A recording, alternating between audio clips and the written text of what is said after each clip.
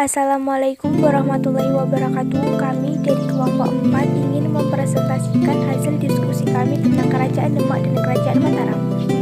Anggota kelompok 4, Givandra Aulia absen 10, Fahrul Alfan absen 14, Islam Bintang absen 19, dan Tiara Eka absen 33. Kerajaan Demak. 1. Lokasi Kerajaan Demak. Kerajaan Demak terletak di wilayah Demak modern yang eksistensinya dapat dilihat dari adanya Masjid Agung Demak. Meski begitu, pusat kekuasaan ini kemudian dipindahkan ke Prawata Pati pada masa kekuasaan Sunan Prawata. Terakhir dipindahkan ke Jipang ketika Arya Penangsang berkuasa. 2. Proses masuknya Islam di Kerajaan Demak. Kerajaan Demak adalah kerajaan Islam pertama di Pulau Jawa. Kerajaan ini didirikan oleh Raden Patah pada tahun 1478. Penyebaran agama Islam di Pulau Jawa dilakukan melalui beberapa cara, diantaranya melalui perdagangan, dakwah, pernikahan, dan kesenian. Masuknya agama Islam di Demak sangat erat kaitannya dengan perang Wali Songo. Mereka menggunakan berbagai macam cara untuk menyebarkan agama Islam. Salah satunya menggunakan kesenian wayang. Sistem pemerintahan Kerajaan Demak. Sistem pemerintahan yang di Kerajaan Demak adalah kesultanan. Struktur raja yang pernah memerintah. Yang pertama, Raden Patah atau Sultan Al-Akbar Al-Fatah yang memerintah pada tahun 1478 sampai 1518. Yang kedua, Patius atau Pangeran Subranur yang memerintah pada 1518 sampai 1521 Masehi. Yang ketiga, Sultan Trengono yang memerintah pada tahun 1521 sampai 1546. Yang keempat, Sultan Prawoto yang memerintah pada 1546 sampai 1549. Yang kelima, Arya Penangsang serang Provinsi Jipang yang melakukan pemberontakan. 4. Kehidupan sosial budaya. Kehidupan sosial dan budaya masyarakat Demak lebih berdasarkan pada agama dan budaya Islam, karena pada dasarnya Demak adalah pusat penyebaran Islam pertama di Pulau Jawa. Sebagai pusat penyebaran Islam, Demak menjadi tempat berkumpulnya para wali seperti Sunan Kalijaga, Sunan Muria, Sunan Kudus, dan Sunan Bonang. Para wali tersebut memiliki peranan yang penting pada masa perkembangan Kerajaan Demak, seperti yang dilakukan oleh Sunan Kudus yang memberi nasihat kepada Raden Patah. 5. Kehidupan ekonomi di Kerajaan Demak. Kerajaan Demak telah menjadi salah satu pelabuhan terbesar yang ada di Nusantara. Demak memegang peran yang sangat penting dalam aktivitas perekonomian antar pulau. Demak memiliki peran yang penting karena memiliki daerah pertanian yang lumayan luas dan menjadi penghasil bahan makanan seperti beras. Selain itu, perdagangannya juga semakin meningkat. Barang yang banyak diekspor yaitu lilin, padu, dan beras.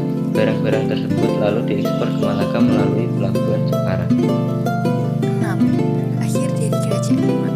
Wafatnya Sultan Trenggana pada tahun 1546 menyebabkan kemunduran Kerajaan Demak.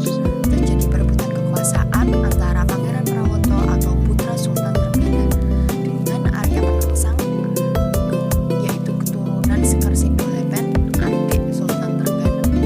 Dalam perebutan kekuasaan itu, Arya Penangsang membunuh Pangeran Prawoto dan putranya, Pangeran Wijaya. Ratu Kalinyamat dan Arya Panggiri memohon bantuan kepada Adi Wijaya di Pajang. Dalam pertempuran itu, Adi Wijaya berhasil membunuh Arya Penangsang. Setelah itu, Adi Wijaya memindahkan ibu kota Kerajaan Demak ke Pajang pada tahun 1568. Peristiwa ini menjadi akhir dari Kerajaan Demak. 7. Peninggalan Kerajaan Demak.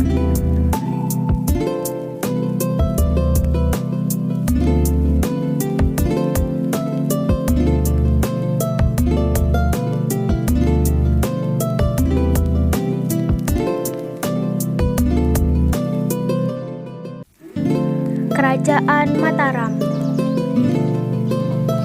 Lokasi Kerajaan Mataram. Kerajaan Mataram Islam berpusat di kota-kota gede Yogyakarta saat ini. Wilayah kekuasaan Kerajaan Mataram sebelum tahun 1513 mencakup wilayah Kerajaan Pajang atau Jawa Tengah.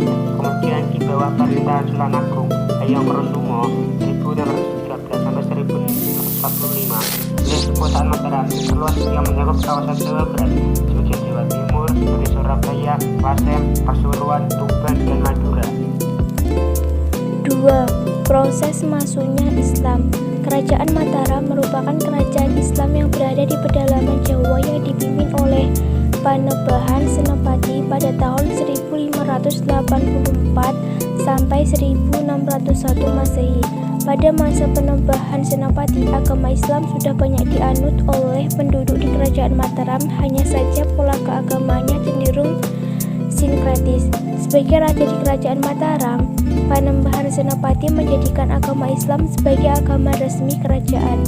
Secara garis besar, pola kebijakan Panembahan Senopati terhadap agama di Kerajaan Mataram Islam adalah mengangkat wali-wali Kadilangu sebagai penasehat dan pemimpin kerajaan, pengembangan tradisi Islam, dan memberikan jabatan pemerintah yang disebut Treh Pengulon atau lembaga kepenghuluan. 3. Sistem pemerintahan di Kerajaan Mataram. Sistem pemerintahan yang dianut di Kerajaan Mataram Islam adalah sistem Dewa Raja. Artinya pusat kekuasaan tertinggi dan mutlak ada pada diri sultan.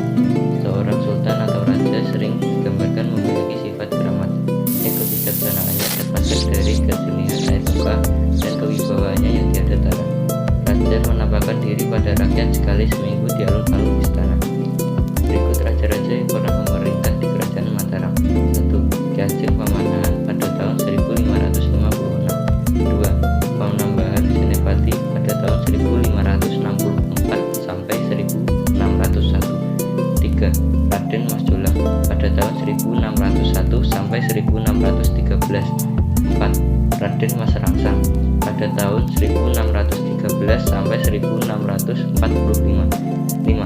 Amangkurat I pada tahun 1645 sampai 1677. 4. Kehidupan sosial budaya. Pada masa pertumbuhan dan berkaitan dengan masa pembangunan, maka Sultan Agung melakukan usaha-usaha antara lain untuk meningkatkan daerah-daerah persawahan dan memindahkan banyak para petani ke daerah Kerawang yang subur. Atas dasar kehidupan agraris itulah disusun suatu masyarakat yang bersifat feodal. Para pejabat pemerintahan memperoleh imbalan berupa tanah garapan atau lungguh, sehingga sistem kehidupan ini menjadi dasar munculnya tuan-tuan tanah di Jawa. 5. Kehidupan ekonomi di Kerajaan Mataram. Letak geografisnya yang berada di pedalaman di gunung tanah yang subur menjadikan Kerajaan Mataram sebagai daerah pertanian atau agraris yang cukup berkembang, bahkan menjadi daerah pengekspor beras terbesar pada masa itu. Rakyat Mataram juga banyak melakukan aktivitas perdagangan laut. Hal ini dapat terlihat dari dikuasainya daerah-daerah pelabuhan di sepanjang pantai utara Jawa. Perpaduan dua unsur ekonomi yaitu agraris dan maritim mampu menjadikan Kerajaan Mataram kuat dalam persatuan politik di Nusantara. 6. Akhir Kerajaan Mataram. Keruntuhan Kerajaan Mataram Islam dimulai pada saat kekalahan Sultan Agung dalam misi merebut Batavia serta menguasai seluruh Jawa dari Belanda. Kemudian setelah kekalahan tersebut, kehidupan ekonomi masyarakat kerajaan dilalaikan sebab masyarakat sebagian besarnya dikerahkan untuk menghadapi perang. Rasa dendam dan juga permusuhan dari Wangsa Sailendra terhadap Jawa terus-menerus berlanjut hingga Wangsa Isana berkuasa. Sewaktu Empu Sindok memulai periode pemerintahannya di Jawa Timur, pasukan Sriwijaya datang untuk menyerangnya. Pertempuran tak dapat dielakkan dan terjadi di daerah Anjluk Ladang yang sekarang dikenal dengan Nganjuk, Jawa Timur, dan kemudian pertempuran tersebut dimenangkan oleh pihak Empu Sindok. Peninggalan Kerajaan Mataram.